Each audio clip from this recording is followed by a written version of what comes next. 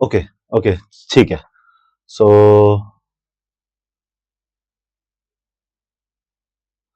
Okay तो I think okay तो यहाँ पे 3 व्यूअर्स आ चुके हैं और आप लोगों को मेरी आवाज आ रही है यहाँ पे? यस सर, चलिए ठीक है ठीक है। ओके सो हम अपना एनालिसिस शुरू करते हैं। इससे पहले कि एनालिसिस शुरू करें, आप लोगों को बता दूं मैं कि स्टूडेंट्स ऑफ मार्केट एक एजुकेशनल चैनल है और हम यहाँ पर लाइव एनालिसिस करते हैं निफ्टी बैंक निफ्टी का एट प्री ओपन। जब मार्केट 907 पे प्री ओपन होगी तब हम उसका लाइव एनालिसिस करेंगे कि मार्केट किस तरह मूव कर सकती है, क्या उसके important supports and resistance level है। सो इससे पहले मार्केट ओपन हो हम एक बार इंपॉर्टेंस लेवल्स चेक कर लेते हैं। मैं आपके लिए ये सब हटाकर एक बार दोबारा से इन लेवल्स को मार्क कर दूंगा। सो ये निफ्टी का चार्ट है, ये डेली चार्ट है। सबसे पहले डेली चार्ट देखेंगे, मैं डेली चार्ट ही देखना पसंद करता हूं। मैं ये 200 डीएमए को भी हटा देता हूं, मूविंग एवरेजेस को। और डेली चार्ट में मार्केट नो डाउट बुलिश है और एक चैनल में ट्रेवल कर रही है। अब अब हम इस चैनल को एक बार मार्क कर लेते हैं। ये आप देखेंगे तो ये एक टच पॉइंट था और ये एक्चुअली में ये एक बड़ा चैनल है। हम यहाँ पे आ जाते हैं तो इस चैनल के अंदर निफ्टी हमारा चल रहा है और यहां पर देखेंगे इस एरिया में एक बार चैनल ब्रेक हुआ था, उसके बाद निफ्टी दोबारा ऊपर आ गया। कल फिर चैनल एक बार ब्रेक हुआ था लेकिन क्लोजिंग चैनल के ऊपर हुई है। दैट मींस कहीं ना कहीं बुल्स कोशिश कर रहे हैं कि निफ्टी इस चैनल को ब्रेक ना करे, क्योंकि वो भी समझते हैं अगर ये चैनल ब्रेक हो जाता है तो निफ्टी में एक डाउन मूव आ सकता है, बड़ा डाउन मूव आ सकता है। और वो मूव कहां तक जा सकता है? इस लेवल तक जहां से ब्रेकआउट दिया था, क्योंकि यहां पर बीच में कोई सपोर्ट नहीं है इस पूरे एरिया में। यहां से लेकर यहां तक एक्चुअली में कोई रियल सपोर्ट नहीं है। सो ये बहुत इंपॉर्टेंट है कि ये चैनल ब्रेक ना हो, और चैनल ब्रेक होने के साथ साथ एक इंपॉर्टेंट सपोर्ट भी है। अगर हम यहाँ पे देखें तो वो है 19,300 का, 19,300 के आसपास का सपोर्ट है। अगर ये चैनल ब्रेक होता है और उसके बाद यहाँ पर मार्केट कुछ समय बिताकर, जैसे अगर ये चैनल ब्रेक कर दे निफ्टी और उसके बाद कुछ समय बिताकर इसको भी ब्रेक कर दे, तो हमारा टारगेट यहाँ पर 18,878 या आप 18,800 18,900 तक का टारगेट यहाँ पे देख सकते हैं। और या फिर राउंड लेवल कहूं तो 19,000 तक का लेवल आप देख सकते हैं, हमें देखने को मिल सकता है। और वो स्लो नहीं होगा, ये मूवमेंट्स फास्ट होगी। जैसे आपने यहाँ पे ये मूवमेंट्स देखी है, इसी तरह से यहाँ की मूवमेंट भी फास्ट होगी, आपको बड़ी बड़ी कैंडल्स देखने को मिलेगी। सो ये डेली एनालिसिस हो गया, लॉन्ग टर्म एनालिसिस हो गया। अब हम एक बार स्विंग स्ट्रेटजी के पर्पज से भी मार्केट को देख लेते हैं।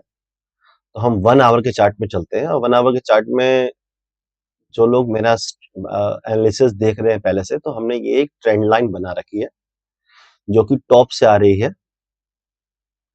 ये हाईएस्ट टॉप जो निफ्टी ने बनाया था 20,000 के आसपास जाकर, 20,000 के आसपास जाकर वहां से मार्केट गिरता हुआ आ रहा है, और जब भी गिर रहा है तो इस ट्रेंड लाइन पे रेजिस्टेंस फेस कर रहा है।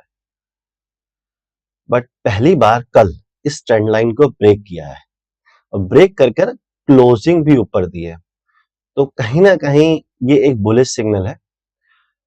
बट ये बुलिश सिग्नल कंफर्म तब होगा जब आज मार्केट इस क्लोजिंग के ऊपर ट्रेड करना शुरू कर देगी, क्योंकि कई बार ये ब्रेकआउट्स होते हैं और ब्रेकआउट्स फेल हो जाते हैं और मार्केट वापस नीचे आ जाता है। और जब ये वापस नीचे आएगा, इन सब के स्टॉप लॉस कटेंगे और तब हम नीचे 19,300 तक का मूव देख सकते हैं। सो कहीं भी हो मार्केट में एक बड़ा मूव पेंडिंग है, चाहे वो डाउन साइड आए चाहे अपसाइड आए। बहुत कुछ डिपेंड करता है आज के इवेंट पर। दोस्तों अगर आपको ना पता हो तो आज आरबीआई का इवेंट है, आरबीआई की पॉलिसी है। इसके बारे में डिटेल में मैं यहाँ पे नहीं जाऊंगा, कभी एक अलग से वीडियो बना दूंगा इसके ऊपर में कि आरबीआई पॉलिसी क्या होती है, उसमें क्या क्या चीजें होती हैं। बट आज आरबीआई पॉलिसी है तो 10 साढ़े 10 बजे तक वो पॉलिसी का रिजल्ट आ जाएगा कि आरबीआई क्या कहना चाह रही है या क्या बताना चाह रही है उसके अंदर। उसके बाद कहीं ना कहीं हमें क्लियर मूव मिल सकता है। और उस चीज को समझने के लिए हम चलते हैं एक बार इंट्राडे चार्ट पर, मतलब 15 मिनट्स के चार्ट पर भी मार्केट को देख लेते हैं। डिलीट कर देते हैं, ये सब मेरे लेवल्स हैं, मैं इन सबको डिलीट कर कर आपके साथ नए लेवल्स बनाता हूँ। मैं इसे 15 मिनट कर लेता हूँ। सो हमारे पास रेजिस्टेंस तो एकदम क्लियर है यहाँ पर, उसमें कोई डाउट नहीं है, क्योंकि ये 2 दिन का हाई है तो ये एक क्लियर रेजिस्टेंस की तरह काम करेगा। मैं यहाँ पर एक लाइन खींच देता हूँ और मैं इसे रेड कर देता हूँ ताकि ये रेजिस्टेंस पर चले हमें। ये रेजिस्टेंस है जो कि 19,630 के आसपास है, 19,630, 19,640, ये एक तरह का एक जोन हो जाता है यहाँ पर।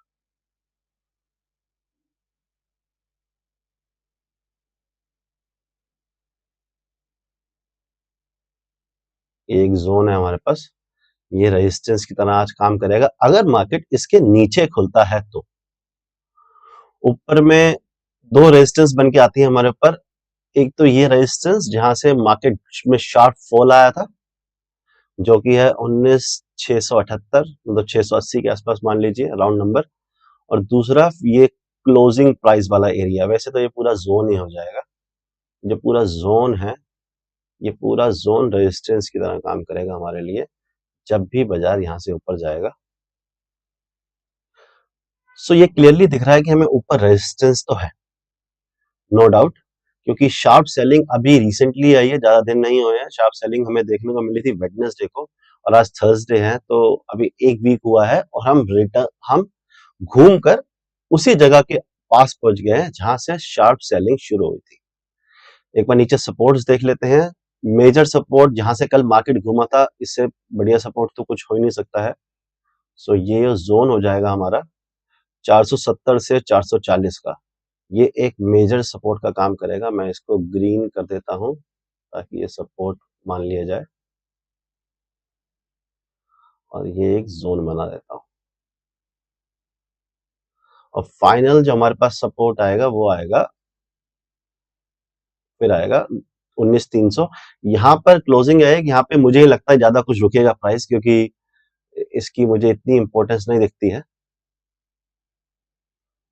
ठीक है, अब एक बार कुछ लोगों का डाउट होगा कि सर कल क्या हुआ था। कल ये जो मूव आया है वो भी एंड में क्या हुआ, क्योंकि कल हमारे एनालिसिस थे। कल जब मैंने एनालिसिस किया था तो मैंने ये बोला था कि अगर ये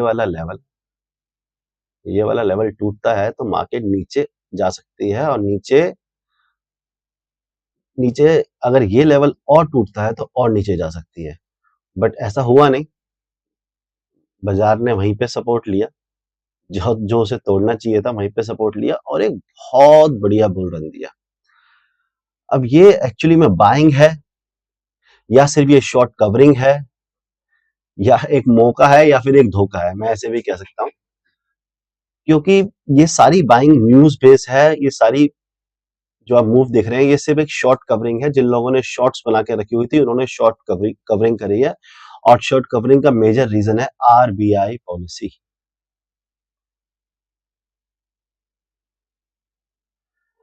आप लोगों को पता हो तो आज आरबीआई पॉलिसी है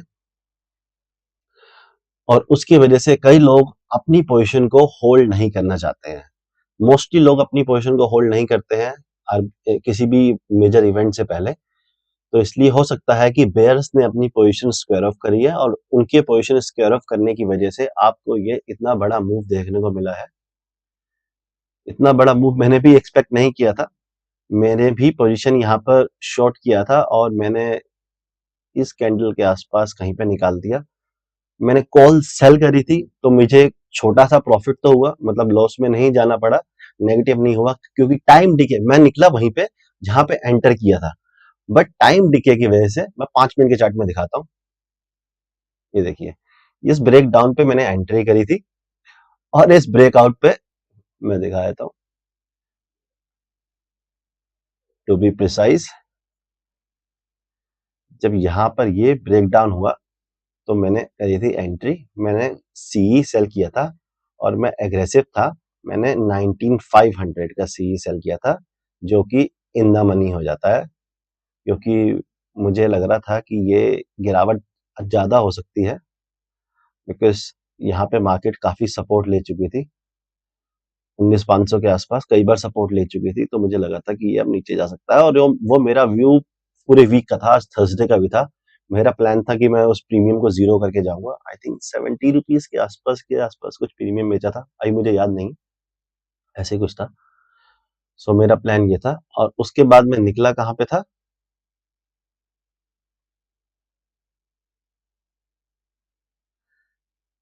मैं निकला था जब यहाँ पर मार्केट ने समय बिताकर ये ऊपर ब्रेकआउट दे दिया था। तो मोर और लेस जहां पे घुसा था उसके पास ही एग्जिट हो गया। सो ना तो प्रॉफिट हुआ ना ही लॉस हुआ, छोटा सा प्रॉफिट हुआ, बट ठीक है। वो तो ट्रेड चार्जेस और ये सब वगैरह सब निकालने तो नेट टू नेट जीरो में निकल गया। मतलब बाजार ने मूव दिया, बाजार नीचे भी गया, कंसोलिडेट भी किया, ऊपर भी गया, लेकिन पैसा देके नहीं गया। सो ये थोड़ा सा अलग हो गया हमारे लिए। अच्छा दोस्तों, इससे पहले कि प्री मार्केट ओपन हो, प्री मार्केट खुले, मैं आप लोगों को यहाँ पर वार्निंग देना चाहूंगा, मतलब एक आपको कॉशियस रहने को कहूंगा। जो लोग नए हैं, बिगिनर्स हैं, ऑब्वियसली जो बिगिनर्स है, या फिर जिन्हें ज्यादा टाइम नहीं हुआ है, या फिर वो लोग जो मार्केट में ज्यादातर लॉसेस कर रहे हैं, वही लोग लाइव स्ट्रीम्स और इन सब चीजों को देखते हैं, क्योंकि वही लोग सीखना चाहते हैं। जो ऑलरेडी पैसे बना रहा है, जो ऑलरेडी एक्सपीरियंस है, आई डोंट थिंक वो लोग लाइव स्ट्रीम पे जाते हैं। वो मोस्टली खुद ही अपने एनालिसिस करते हैं। सो आप लोगों को आज थोड़ा सा सतर्क रहने की जरूरत है। आज आरबीआई पॉलिसी है, आज एक इवेंट है, जो बड़े बड़े फंड्स हैं, एचएनआईज हैं, वो उन सब की नजर रहती है इन सब इवेंट्स के ऊपर। तो आज मार्केट बहुत ज्यादा वॉलेटाइल हो सकता है। वॉलेटाइल मतलब मार्केट में बड़े बड़े मूव्स आ सकते हैं। आपको कभी लगेगा कि मार्केट गिरा गिरा गिरा गिरा और वहीं से वो विक बनाकर रिकवर कर जाएगा। आपको लगेगा मार्केट ने ब्रेकआउट ब्रेकआउट ब्रेकआउट दे दिया और वहीं से वो वापस भी आ जाएगा। तो इस तरह के मूव पॉसिबली मिल सकते हैं, और ज्यादातर इवेंट्स डेज पे मिलते हैं। बट जहां तक मेरा एक्सपीरियंस है इतने सालों का, इवेंट डेज में मार्केट जब तक इवेंट ओवर नहीं होता तब तक डायरेक्शन नहीं पकड़ता है। मोस्टली चांस ये है, वो देखेंगे कहाँ खुलेगा, कि जहां भी खुलेगा उसके आस पास वोलेटाइल होता रहेगा, आपको ट्रैप करता रहेगा। कभी आपको कहेगा बाय करो, कभी आपको कहेगा सेल करो। और जो मेजरली जो ऑप्शन बायर्स होते हैं वो पैसा ज्यादा लूज करते हैं। उसके पीछे भी एक रीजन है। उसके पीछे रीजन ये है कि इवेंट से पहले आईवीज इंक्रीज हो जाती हैं। अगर आपको आईवीज ना पता हो, तो ये वोलेटिलिटी बताती है, ऑप्शंस की वोलेटिलिटी बताती है। सो ये आईवीज इंक्रीज हो जाती है, और जब आईवीज इंक्रीज हो जाती है तो ऑप्शंस के प्राइस बढ़ जाते हैं। चाहे वो सी हो चाहे पी हो, इनके प्राइस इंक्रीज हो जाते हैं। और प्राइस इंक्रीज हो जाते हैं तो जो ऑप्शंस बायर है उनको महंगे ऑप्शंस खरीदने पड़ते हैं। आपको पता है आज थर्सडे है, और थर्सडे को सारे जो ओटीएम होंगे वो सब जीरो होने हैं। जो भी out of the money option है वो जीरो होने हैं। अब आईवी की वजह से उनके प्राइस बहुत ज्यादा बढ़ चुके होंगे। वैसे बहुत ज्यादा नहीं बढ़े हैं आजकल, ज्यादा बड़े प्राइस मिलते ही कहाँ है। एज अ ऑप्शन सेलर मैं इस चीज को समझ सकता हूँ कि आईवीज बहुत डाउन है, विक्स बहुत डाउन है। यहाँ पे हम विक्स देखे तो मैं एक बार आपको विक्स भी दिखा देता हूँ। समय है हमारे पास अभी 9-7 पे, देखेंगे हमें क्या करना है। यहाँ पे मैं विक्स पे लेके चलता हूँ, ये है इंडिया विक्स, और मैं इसमें आपको मंथली चार्ट दिखाता हूँ। वीकली मंथली जो भी, वीकली दिखा देता हूँ। देखिए मैंने बाइंग एरिया मेंशन भी कर रखा है, ये ऑप्शन बाइंग एरिया है, ये ऑप्शन सेलिंग एरिया है। मतलब जब आईवी हाई होती है, सो आप ऑप्शन सेल कर सकते हैं, और आईवी लो होती है तो ऑप्शन बाय करना प्रेफरेबल होता है। आईवी अपने लोएस्ट पे है, इससे नीचे आईवी आज तक नहीं गई है, और ये तो सबसे लो लगाया है 8 पॉइंट समथिंग का। आज से पहले इतनी लो आईवी कभी नहीं आई है। सो ऑप्शंस के प्राइस वैसे तो डाउन है, ऑप्शंस के प्राइस वैसे तो डाउन है, ऑप्शंस के प्राइस वैसे बढ़े हुए नहीं है, but due to RBI policy options के प्राइस थोड़े इंक्रीज हो चुके हैं। कल ही हो गए थे, कल ही मैं देख रहा था, ऑप्शंस को एनालाइज कर रहा था, तो प्राइस कुछ ज्यादा थे, और वो जैसे ही इवेंट खत्म होने को आएगा, मतलब कि अराउंड 10:30 के आसपास आपको दिखेगा कि ऑप्शन के प्राइस गिरने शुरू हो जाएंगे, फॉल करने शुरू हो जाएंगे, और जिन लोगों ने ऑप्शन बाय करा होगा उन्हें लॉस होना शुरू हो जाएगा। सो यहाँ पे मेरी एडवाइस है कि आप एटलीस्ट 10:30 तक मार्केट को देखें, मार्केट क्या कर रहा है, ट्रेड लेने से बचें।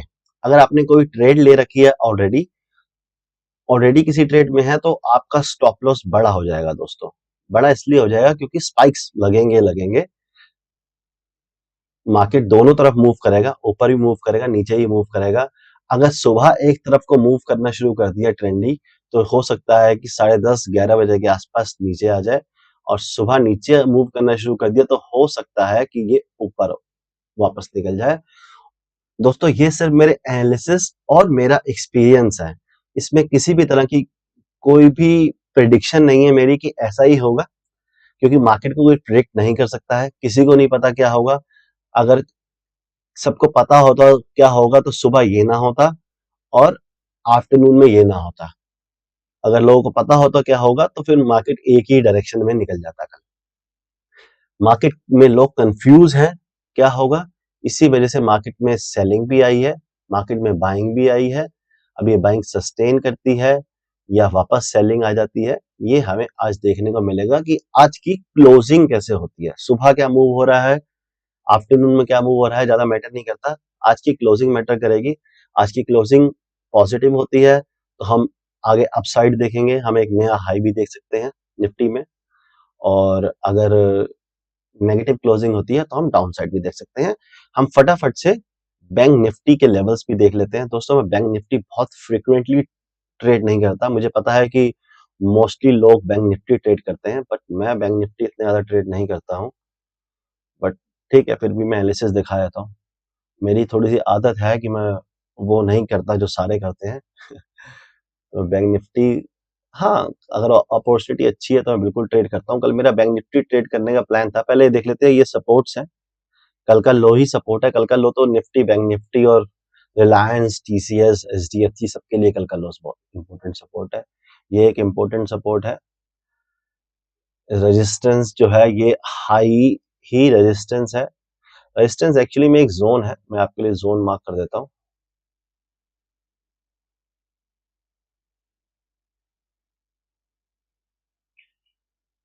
ये जोन एक रेजिस्टेंस का काम करेगा, कल जहां से ड्रॉप हुआ है और जहां पर क्लोज हुआ है।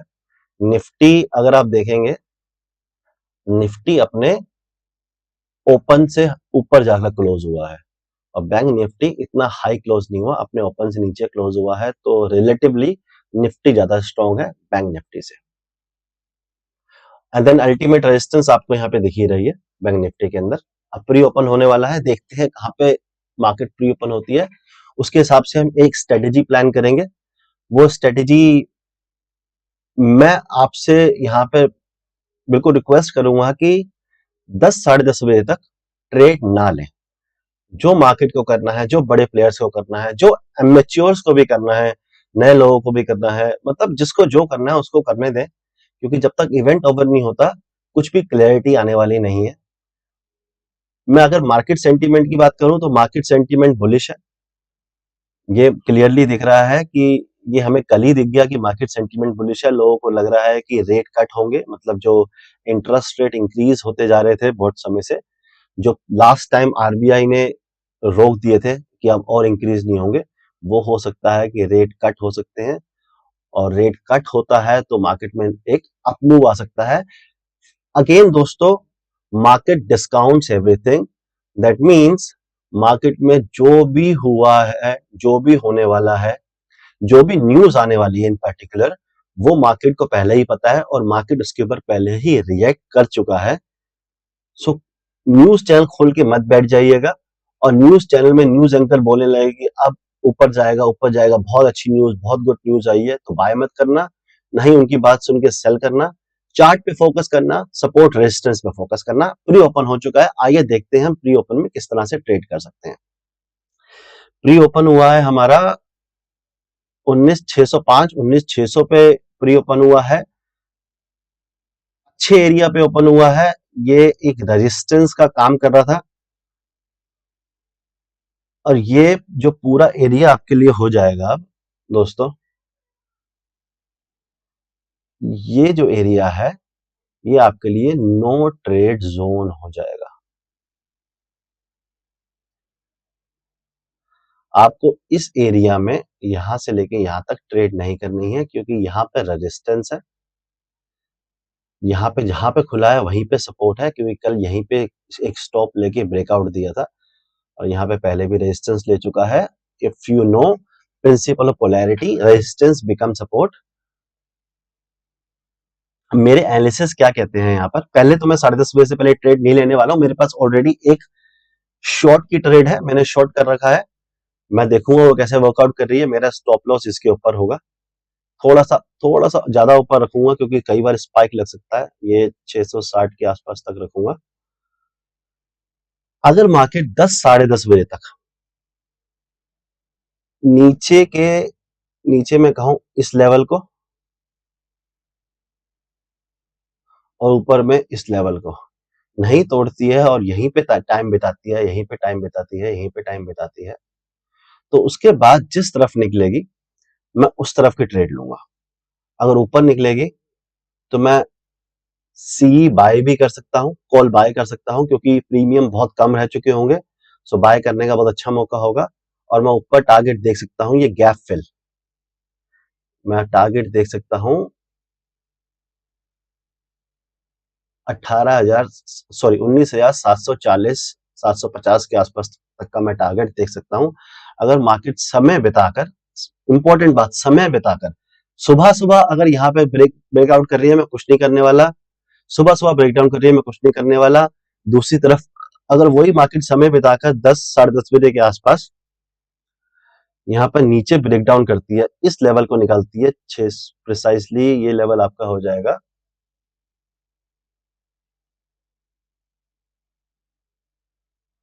580 का लेवल।